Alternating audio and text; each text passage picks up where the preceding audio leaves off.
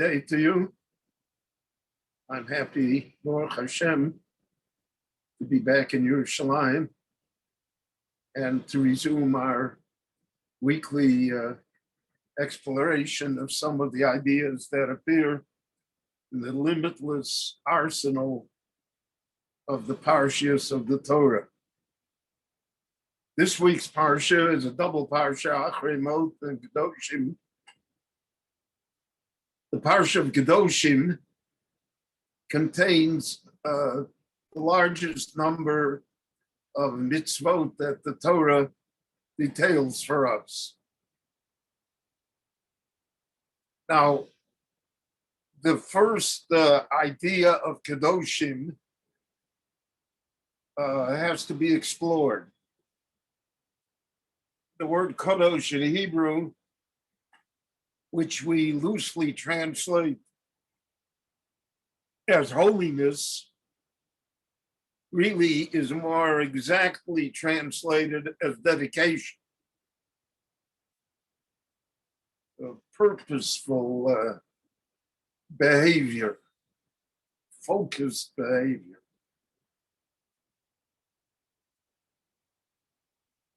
And therefore, in the interpretation of Kedoshim Tiyu, we will find numerous ideas expressed by the great commentators to the Torah, the great thinkers of Israel over the generations. So I want to share three of these ideas with you.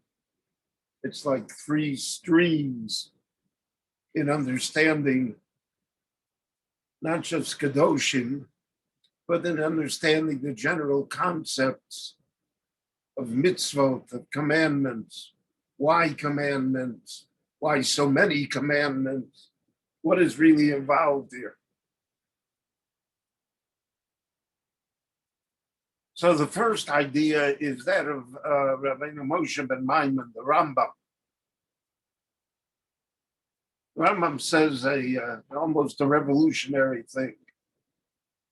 The Rambam says that there is no mitzvah, so to speak, of Kedoshim Tiyu, that you should be Kadosh. It's not one of the 613 mitzvahs of the Torah.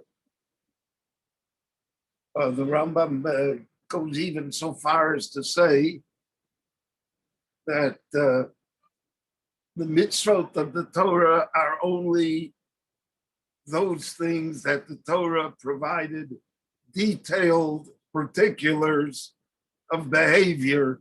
That's a mitzvah, and the violation of those detailed particulars, that's the Aveira, that's the sin. When the Torah says, don't do something, it details to you what not to do. And when the Torah tells you yes to do something, it also details it.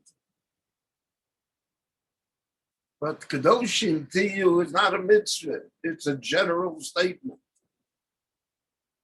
General statements in the Torah are not mitzvot.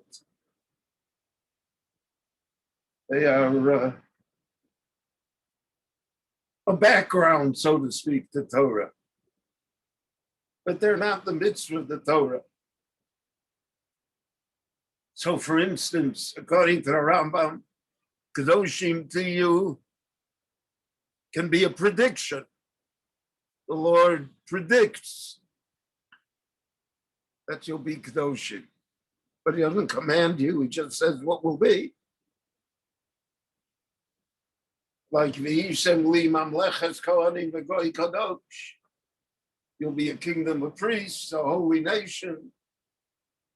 He's telling you what you will be, but it's not a commandment because there's no detail. What is Kedoshim? How are you an Am Kadosh? So you're an Am Kadosh by following the 613 commandments. The commandments are the details. But the generalization itself is not a mitzvah, it's not a commandment. So this is a statement of purpose. You have many times that people advance what they call a business plan. So they outline what they hope the business will be, and then they list how the business will eventually arrive at that. They're going to hire so many people, they're going to develop such a technology, they're going to do this and that.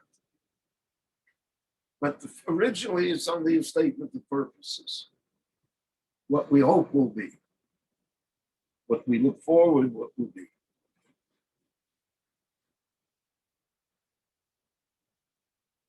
So, like in the words of the Navi, Yeshayahu, in the Haftorah that we read for Vayikra, Amzu Yotzarti, I have created this special nation, Tilosi Yisaperu, that they will somehow transmit my praise to the rest of the world.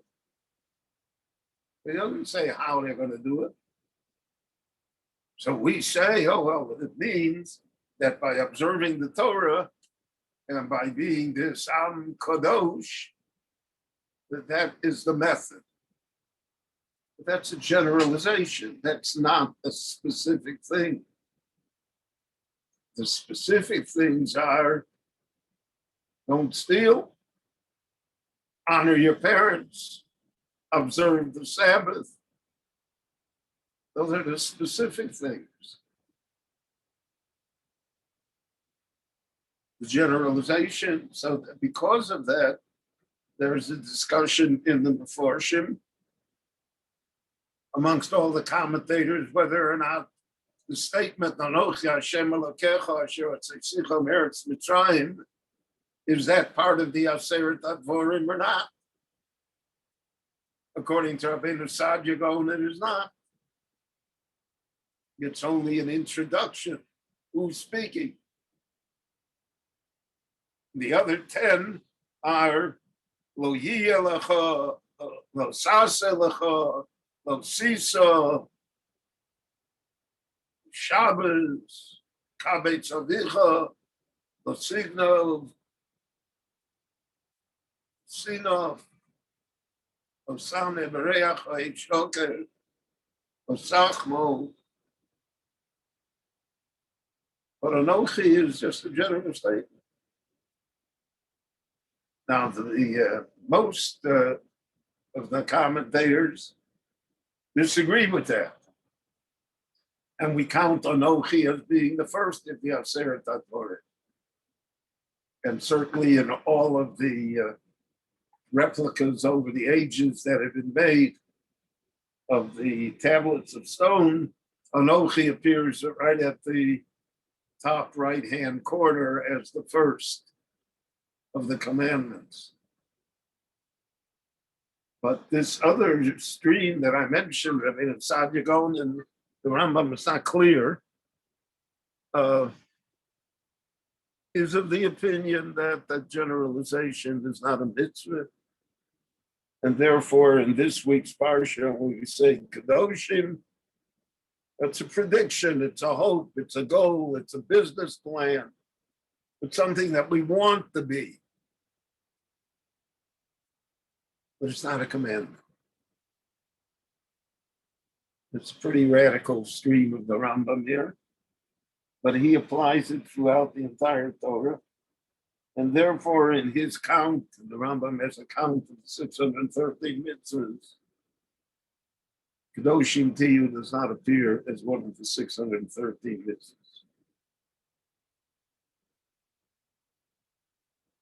There's a second stream, which Rashi introduces to us in his commentary to this week's Parsha.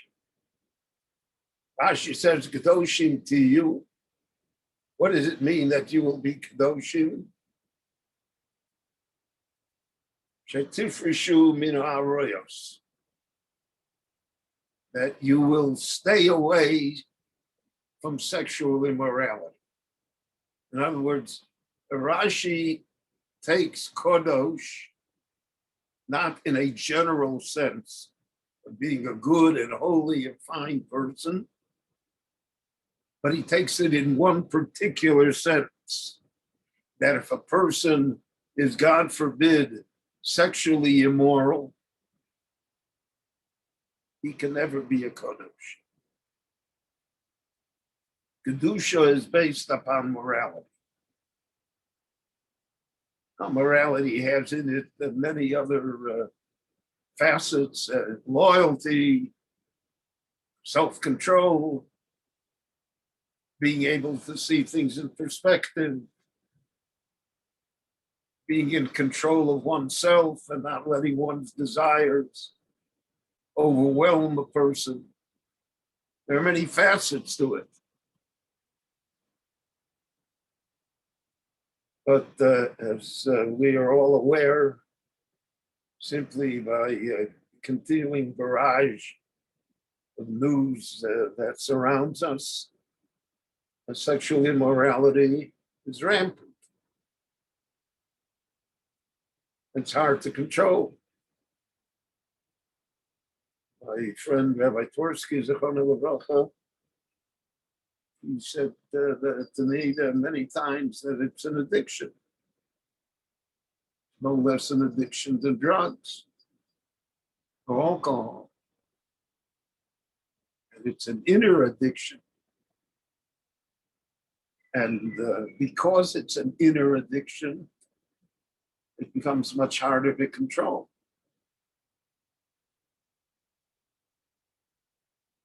And therefore, we find in Chazal, we find throughout Jewish tradition, that the attitude towards this physical desire that is inbred within us, for without it, there would be no preservation of humanity. There would be no future for any world would stop. The Gemara says that when they captured the Yetzer Hara, whatever that means, the evil instinct, and they attempted to eliminate it, so it said that hen stopped laying eggs. And therefore the rabbi said, no, we have to restore this instinct in order for the preservation of life, for the preservation of human beings. But it has to be controlled, it has to be channeled. And for that, we have a whole set of rules for both the married and the unmarried. And to further what Dr. Twersky told me, so he said, that if a person is prone to alcoholism, you should never take them into a bar. Or if you take them out for dinner, you should never order wine, even though you're not an alcoholic, because you can't put him that close to it. So too, he said, it has to do with sexual addiction. Don't put yourself in compromising situations. That's the whole problem of the internet, is not that the internet is trafe, but that people who are on the edge have the ability to be pushed over the edge simply because of the fact of what appears, what is available. The fact that it becomes therefore uncontrollable. So Rashi says, Prushim me'aroyos. The secret of Kedoshim lies there. The secret of being a special people is being a moral people. And that therefore, Kedoshim is a mitzvah because it has a specific area in which it deals, and that area is morality, physical morality.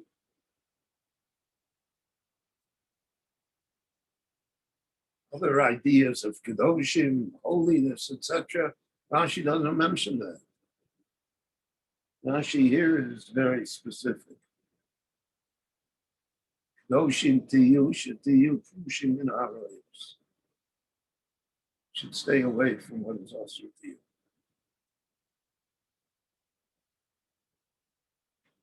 So again, we're looking for a balance here. Judaism does not preach abstinence. It does not preach celibacy. In fact, it opposes it. But there has to be a balance. The person has to control it, and not that it should control the person. And again, without going into details, it's obvious from all types of current events that we're exposed to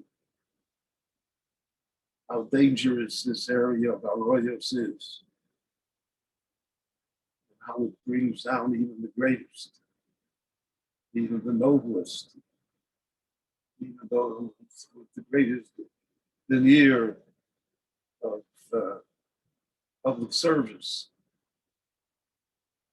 When it is exposed, so it tarnishes, and it tarnishes permanently. It takes no prisoners, it simply destroys. So Rashi is saying, Kedoshim to you, you want to be Kedoshim, this is how to be Kedoshim. If you don't follow this, not only won't you be Kedoshim, but you'll be on the other end of the spectrum. Person will say, well, I don't want to be a holy person. Okay. But if you want to be a holy person, you'll be destroyed otherwise. That was the second stream. So we have the Rambam and we have Rashi. The third stream is that of Rabbeinu Moshe ben Nachman, the Ramban, who quotes both, especially Rashi, quotes the Rambam as well. And he takes a different viewpoint completely.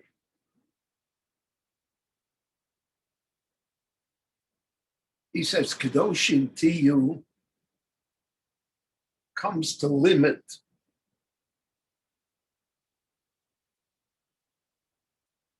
not only what is permissible and what is forbidden, it comes to limit what is permissible. Kadesh atzmecha b'ma shemuter loch. Sanctify yourself in things that are permissible to you. Not everything that is legal is something that you should do.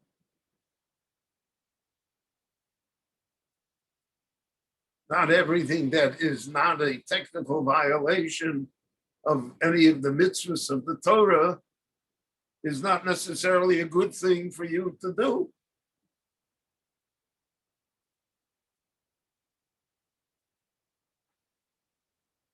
Kadesh atzmecha b'ma shemuter loch. Even in what is permissible to a person should strive for holiness. Strive to stay away from possible traps. So therefore, for instance, I'll take a few wild examples, but permit me to do so since you have no choice. Person wants to live in a nice home. All of us want to live in a nice home. But there are people that go to excess. Now, nowhere in the Torah is it forbidden to live and build for yourself a 13-bedroom home. The Torah doesn't tell you what kind of house to build for yourself. Nevertheless, we all know and we all experience things that are terribly in excess of common sense and necessity.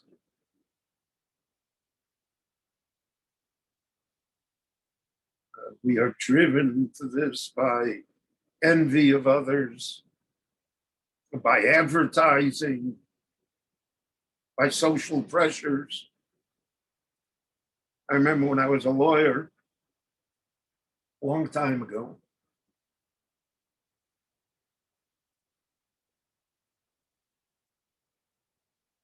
so we were just starting out, my wife and I. We owned a very small Chevrolet automobile. At that time, it cost $1,500. That was my automobile. The senior partner of the firm I was working for, noticed that I was driving this Chevrolet. He said to me, he said, people in our firm, we don't drive Chevrolets. You have to drive an Oldsmobile, which was a much bigger car, and which is a car I could not afford.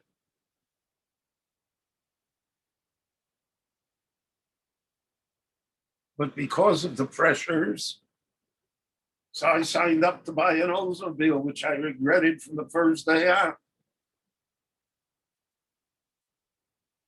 because it was completely unnecessary.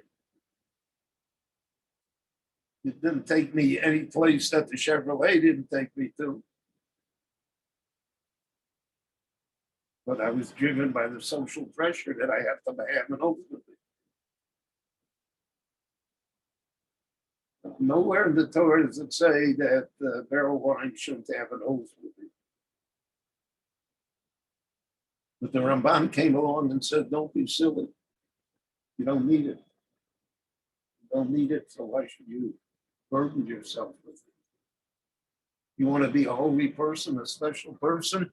That's also self-control. Kadesh Atzim Bava Masha Mutarlo. I'm not talking to do an Avera. I'm talking, you're doing something legal, but is it necessary? Is it right? The Ramban says here, the famous statement of his, that a person can be a novel b'shus Torah.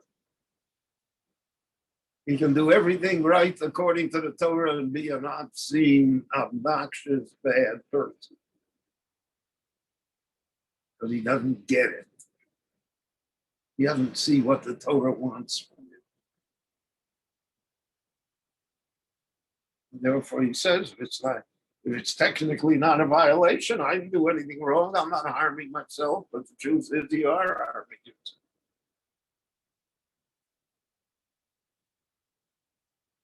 So the Ramban is much more delicate than either Rashi or the Rambam. His idea of Kedoshim is that on every mitzvah and every aveira in the Torah, aside from the technical detail of the mitzvah and the aveira, there is a worldview expressed. There's an attitude. And you're bound to the attitude as well. Look at it.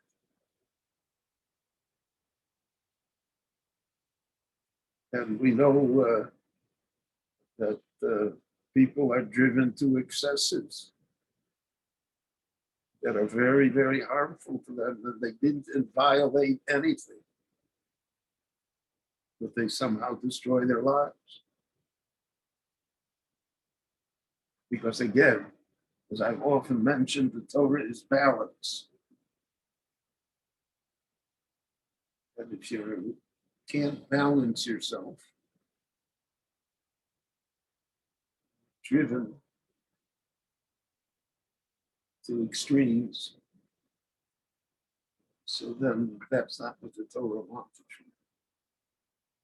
The Torah wants you to be normal.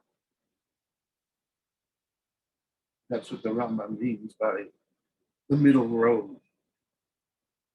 Derech HaMamutza. Middle path in life. Stay away from the extremes. Don't be a novel b'shus Torah. And unfortunately, I think in all of our experiences, we have met people that really are not nice people, even though they're completely observant. Because, so to speak, doesn't register upon them this definition of Kedoshim. So the Rambam said, it's not a mitzvah, it's a generalization, it's a prediction, it's what the Jewish people will be. There's no commandment here.